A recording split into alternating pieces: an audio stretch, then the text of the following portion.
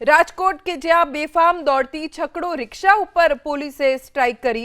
Rajkot traffic પોલીસે 351 છકડો રિક્ષાને detain કરી। થોડા દિવસ પહેલા સળિયા ભરેલી છકડો રિક્ષાએ અકસ્માત કર્યો હતો। ગેરકાયદે જોખમી રીતે દોડતી છકડો રિક્ષા પોલીસે ડિટેન કરી છે।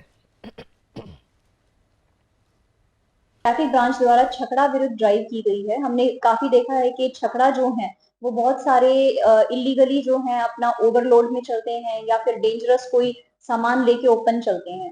तो वो ध्यान में आते ही हमने तुरंत ही वो ड्राइव दी कि उसको डिटेन करना चाहिए और ऐसे बेफाम छकड़ा नहीं चलने चाहिए। तो उसमें हमने 351 छकड़ा डिटेन किए हैं। वॉइस पॉल्यूशन हमने जितने भी छकड़ा डिटेन किए हैं उसमें ये सारे के सारे जो हैं केसेस कंसिडर किए हैं। उसमें पीयूसी का है, नॉइस पॉल्यूशन का है, डेंजरस ड्राइविंग का है, कुछ हैं जो प्रॉपरली पूरे टाइमली रजिस्टर्ड जो हैं वो भी एक्सपायर हो गए हैं कुछ। तो वो सब चेक करके हमने कुछ जो है 351 केसेस बुक किए हैं।